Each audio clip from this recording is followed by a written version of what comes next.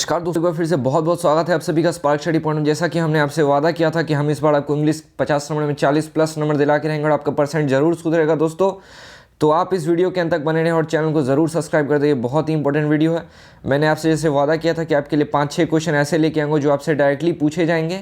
तो आप यदि आप इस वीडियो के अंत तक बने रहते हैं दोस्तों, तो मैं आपको गारंटी देता हूँ कि आपके कम से कम आपके 15 से 20 नंबर ज़रूर फिक्स हो जाएंगे। आपके सब्जेक्टिव में उतना आएगा ही। तो आप इस चैनल को सब्सक्राइब कर दे और लाइक कर दे दोस्तों। तो चलिए पहले हम प्रोज से आपका शुरू करते हैं। तो प्रोज में यदि देखिए दोस्तों, यदि आप डेविड कॉपरफील्ड के भी आपकी कोई टेंशन लेने की ज़रूरत नहीं है, वो भी मैं आपको इसी वीडियो में कराऊंगा। बस ठीक है, आप बस चैनल को ज़रूर सब्सक्राइब कर दे और शेयर करें दोस्तों, ज़्यादा से ज़्यादा बच्चे को अच्छे नंबर आना चाहिए। ठीक है, तो ये देखिए, आपको पूरे यूट्यूब पे ऐसा वीडियो नहीं मिलेगा दोस्तों। ठीक है, हाउ अकॉर्डिंग टू, तो चलिए मॉडर्न सिविलाइजेशन आवर सिविलाइजेशन से शुरू करते हैं। आपको मात्र ये 3 क्वेश्चन याद करने हैं। 5 नंबर का 2 क्वेश्चन को आंसर करना आता है, उसमें हर चैप्टर से एक क्वेश्चन आता है दोस्तों। तो उम्मीद है कि आप ये तीनों क्वेश्चन ज़रूर याद कर लेंगे। तो चलिए, पहला क्वेश्चन है, how according to CM Joad is modern civilisation different from old one. तो modern civilisation is based on modern discoveries that the science has made today. Modern machines play a very important role in the life of common man. It is spread all around, all over the world like a single village. The old civilizations were many and spread and in separate pieces. ये देखिए, the old civilization were many and in separate pieces, एक number का objective में भी आता है। They were exposed to many type of dangers from outside. Modern civilization has longer life with compared to the past. ठीक है, तो इसका अर्थ मैं आपको बता देता हूँ, ये आपको बहुत ही आसान होगा। Modern civilisation based on modern discoveries, इसका अर्थ हुआ कि आपका जो तत्काल का जो आपका सिविलाइजेशन है वो मॉडर्न डिस्कवरी पे बेस्ड है, चाहे वो टेक हो या कुछ भी हो। Modern machine play very important role. हाँ, मशीन आसपास देखिए आपका बहुत ही इंपॉर्टेंट रोल प्ले करता है हर लाइफ में, चाहे आप उठते हो, पंखा चलाते हो या बाइक वाइक। ठीक है, it is spread all over the world like a single village. तो इसमें आप ये याद रखिए, ये आपका ये क्वेश्चन आप इसका मैं बोलूँगा आप स्क्रीनशॉट ले के रखें दोस्तों, और इसको लाइन बाय लाइन रट जाएं। ठीक है, आपको 75 वर्ड्स में आंसर करना पड़ेगा। 2 ऐसे क्वेश्चन रहते हैं, ये आप ज़रूर याद कर लें, और इससे आपका कई ऑब्जेक्टिव भी बन जाएगा दोस्तों। आपका 10 ऑब्जेक्टिव पूछता है चैप्टर वाइज से।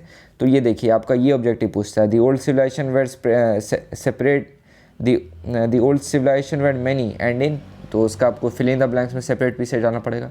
तो आप ये क्वेश्चन ज़रूर याद करें। चलिए सेकेंड क्वेश्चन की ओर बढ़ते हैं दोस्तों। आपको दोस्तों ये नहीं करना है कि अब चैप्टर लेके आप पूरा बैठेंगे पढ़ने के लिए। वैसे आप एक बार रीडिंग ज़रूर मार लें, क्योंकि उससे आपको ऑब्जेक्टिव में हेल्प मिलेगा। लेकिन यदि आप ये क्वेश्चन कट गया था तो आपका 10 नंबर तो उसमें गारंटेड है कि आपको जो चैप्टर वाइज में क्वेश्चन आंसर कराना पड़ता है, वो आपका 10 नंबर यहाँ से आप ज़रूर फिक्स होगा। यदि आप ये क्वेश्चन जो मैं आपको कराना हो, 2 ही चैप्टर के मात्र क्वेश्चन कराऊंगा दोस्तों, पर वो आपका ज़रूर आएगा। ठीक है, तो आप इस वीडियो के अंत तक बने और लाइक ज़रूर कर दे दोस्तों। ठीक है, why are order and safety necessary for civilisation. तो order and safety are necessary for civilisation because in their absence all the activities which make up civilisation could not continue. ठीक है, the civilisation can not be perfect one if the people in it live in fear of being robbed and tortured. The development work in the field of science, art, literature and medical must move on. The most important of all is the justice that comes only after order of safety. Men must be treated equally. तो इसमें आप इसका मूल भाव याद रखें दोस्तों कि आपको यदि पूछा जाता है तो कोई भी यदि सिविलाइजेशन आगे बढ़ता है तो उसमें यदि मान लीजिए कोई गुंडागर्दी होती है या कुछ रॉब्ड होता है, कोई किसी को टॉर्चर करता है, इस सिविलाइजेशन में इस कोई भी हमारी सभ्यता में यदि इस प्रकार की चीज़ें होती हैं तो उससे हमारा विकास रुक जाता है, उससे आदमी का थॉट प्रोसेस बंद हो जाता है, आदमी डर के माहौल में जीने लगता है, और डर के माहौल में कभी भी विकास संभव नहीं है। तो इसलिए आपका वाई इज सेफ्टी नेसेसरी। तो सेफ्टी आपको क्यों नेसेसरी है? ठीक है, यदि आप सेफ रहिएगा, आपका माइंड फ्री रहेगा, तभी आप कुछ नया सोच पाइएगा या फिर साइंस में डेवलपमेंट कर पाइएगा। ठीक है, यदि आपको कोई डर वर नहीं रहे तो ये आप पॉइंट याद रखें कि the civilisation can not be a perfect one if the people live in fear of being robbed and tortured. ये आपका की पॉइंट है, ये लिखिएगा तो आपको ज़रूर नंबर मिलेगा। ये क्वेश्चन का भी आप स्क्रीनशॉट लेने चलिए। सिविलाइजेशन एंड कल्चर का दोस्तों आप 3 का 3 क्वेश्चन ये ज़रूर याद करके जाएं। ठीक है, इसी से आपका क्वेश्चन रहेगा और मैं आपको 2 ही चैप्टर करा रहा हूँ, क्योंकि देखिए आपको 2 5 नंबर के क्वेश्चन आंसर करने पड़ते हैं। वो आपका हर एक चैप्टर से रहता है, जितना भी आपको 50 नंबर में दिया हुआ है। तो आपको सभी पढ़ने से अच्छा है कि आप क्वेश्चन आंसर ज़रूर पढ़ के अभी तक यदि आपने कुछ नहीं किया है तो आप अभी चैप्टर पढ़ने ना जाए, क्वेश्चन आंसर ज़रूर याद करके जाएँ। प्रीवियस ईयर में भी देख लें, प्रीवियस ईयर में भी आप 2019 2018 के जितने क्वेश्चन आंसर है वो सब आप करके जा सकते हैं। आपके क्वेश्चन बैंक में भी आंसर दिया होगा, नहीं तो आप यहाँ से स्क्रीनशॉट ले सकते हैं। ये बहुत ही परफेक्ट स्क्रीनशॉट, ये बहुत ही परफेक्टली लिखा हुआ है, ठीक है। पूरी तरह से नहीं कहूँगा क्योंकि इंग्लिश में ये सब चीज़ होते नहीं है। How should a man spend his time and energy, तो आदमी को अपना टाइम एनर्जी कैसे स्पेंड करना चाहिए, ये आपका मॉडर्न सिविलाइजेशन कल्चर से है। तो man should spend his time energy in making and liking beautiful things, he should think freely and rightly, he should do justice between man and women, sorry ये women होगा यहाँ पे। He should devote his time and energy in removing poverty, मतलब poverty मतलब जो नीचे class के हैं, ठीक है, मतलब जिनका ये जो कि जिनकी आय से नॉर्मल आय से बहुत कम सैलरी है, बहुत ही गरीबी में रहते हैं, ठीक है। And also cause of quarrels between patients, the time saved by machine should be used in making the civilisation in which people live without fear. हाँ ये देखिए विदाउट फियर, तो सिविलाइजेशन में पीपल को बिना फियर के ना चाहिए। We must note the fact that machine themselves are not civilisation but they add to the civilisation.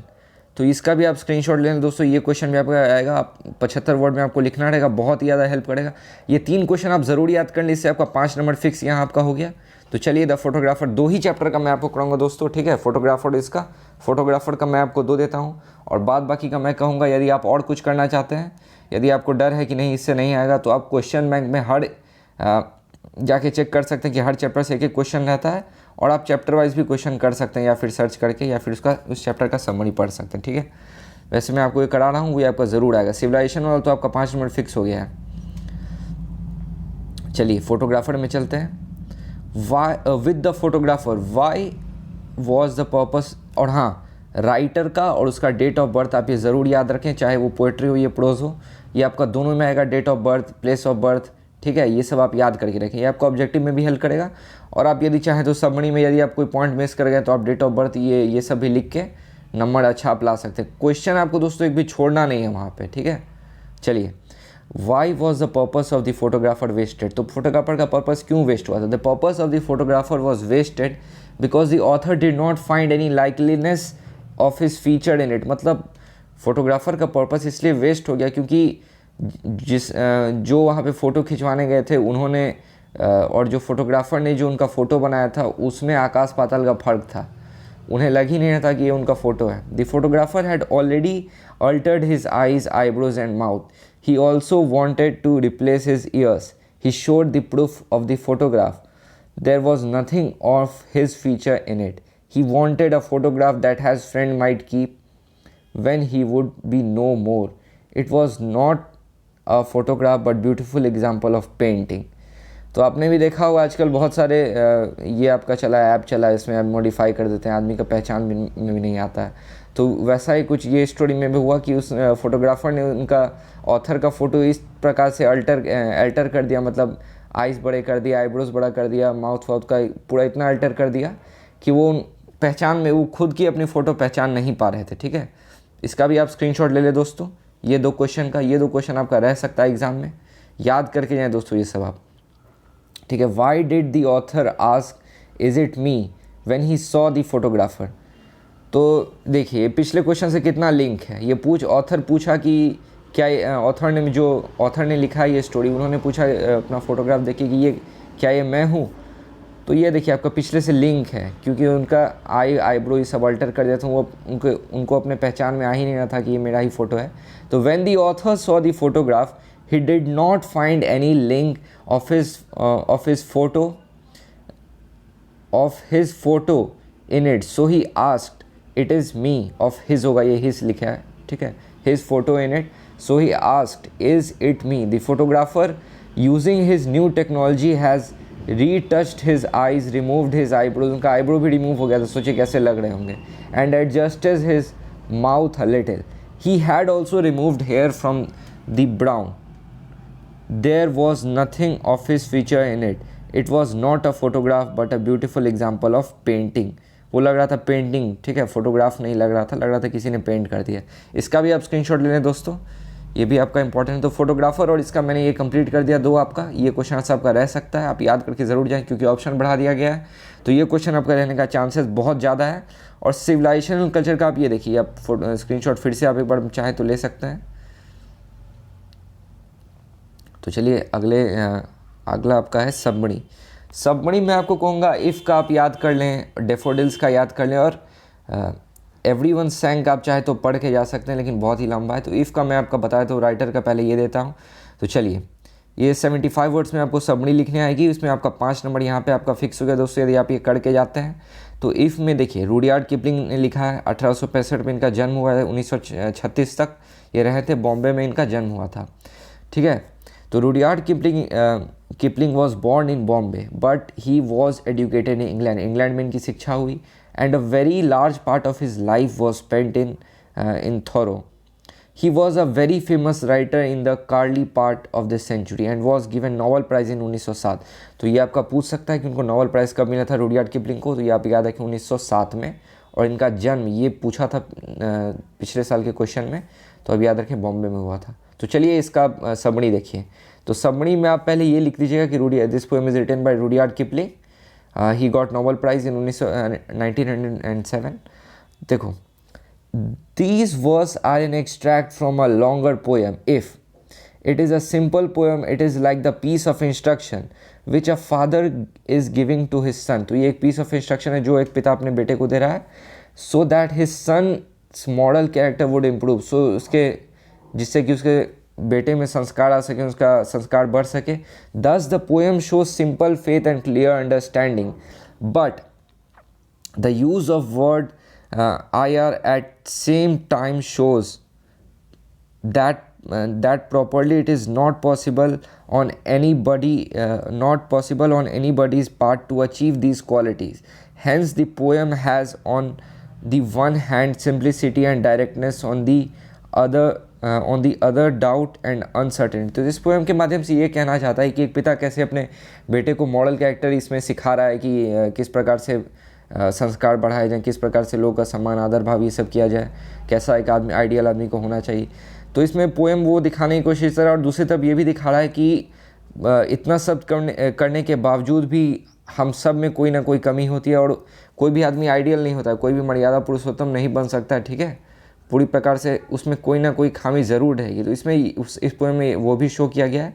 तो अब चलिए इस पोएम का आप स्क्रीनशॉट ले लें, एक बार मैं आपके लिए फिर से पढ़ देता हूँ। The verse is an extract from longer poem if it is a simple poem. It is like piece of instruction which a father is giving to his son so that his son's moral character would improve.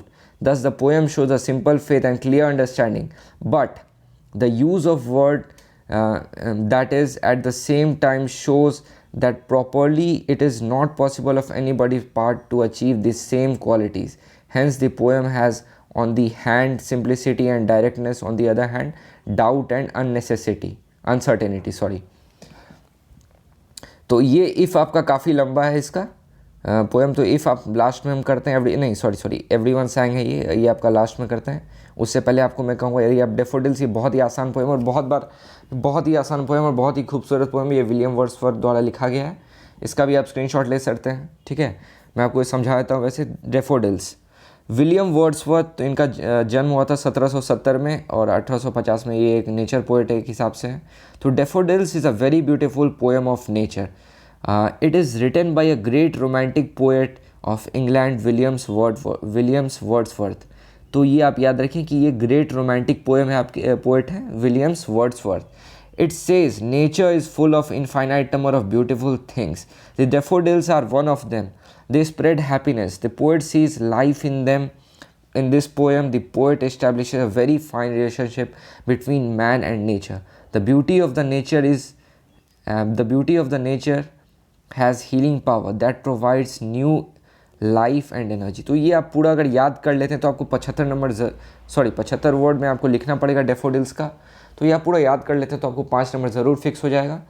और ये देखिए, आप everyone सैंग चाहे तो आप याद कर भी सकते हैं, छोड़ भी सकते हैं, लेकिन मैं कहूँगा आप श्योरिटी बना लें।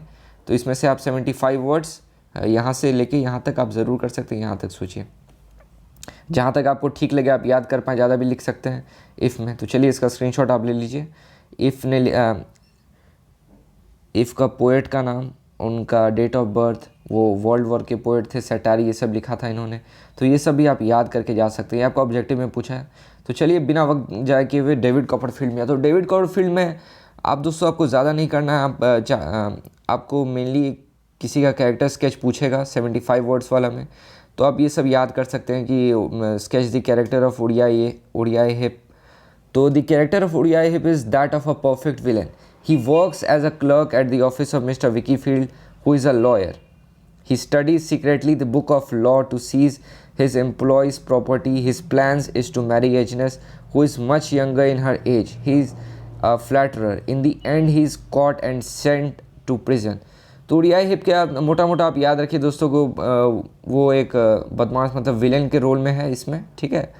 और मिस्टर विकीफील्ड के यहाँ वो लॉयर, मिस्टर विकीफील्ड के यहाँ वो काम करता है, ठीक है। और साथ ही साथ वो लॉ भी पढ़ रहा है, ताकि वो चाहता है कि वो मिस्टर विकीफील्ड को रिप्लेस कर दे। तो बहुत ज़्यादा वक्त मैं आपका नहीं लूँगा दोस्तों। यदि आप अभी सेल्फ स्टडी खुद करते हैं, याद करते हैं, तो ही आपको फ़ायदा होगा। तो बिना वक्त गवाए हुए आप इसका स्क्रीनशॉट ले लें। मैं आपको सभी का दे देता हूँ, ये क्वेश्चन सब ज़रूर करके जाएँ। मतलब कैरेक्टर स्केच ये देखिए, मिस्टर मिकोबर हुआ, आप स्क्रीनशॉट ले लें दोस्तों। Sketch the character Betsey Trotwood, sketch the character of Miss Peggotty, sketch the character of Agnes, sketch the character of David Copperfield। ये सब स्क्रीनशॉट लेके रख सकते हैं, आप ये याद करके ज़रूर जाएं। तो बहुत बहुत धन्यवाद दोस्तों इस वीडियो के अंत तक बनने के लिए। आशा करता हूँ आपका एग्ज़ाम बहुत अच्छा जाए, बहुत अच्छे परसेंट से पास करें। तो चलिए दोस्तों, बहुत बहुत धन्यवाद, जय हिंद। और इस वीडियो को ज़रूर शेयर करें दोस्तों, और कुछ भी आपको समझ में आया हो तो लाइक ज़रूर करें। और यदि आपको कोई प्रॉब्लम हो रही हो तो आप ज़रूर हमें कमेंट करके बता सकते हैं। और हाँ, आप डेविड कॉपरफील्ड का कैरेक्टर मतलब कौन क्या लगता है, ये सब ज़रूर याद करके जाएँ। ओडियाई हिप कौन था, मिकोबर कौन था, ठीक है, मिस पेगेटी कौन थी, ये सब याद करके जाएँ। तो चलिए दोस्तों, बहुत बहुत धन्यवाद। आशा करता हूँ आपका एग्ज़ाम अच्छा जाए और आप सारे आपको इंग्लिश में 40+ ज़रूर आएगा यदि आप इतना करके आते हैं। चलिए बहुत बहुत धन्यवाद।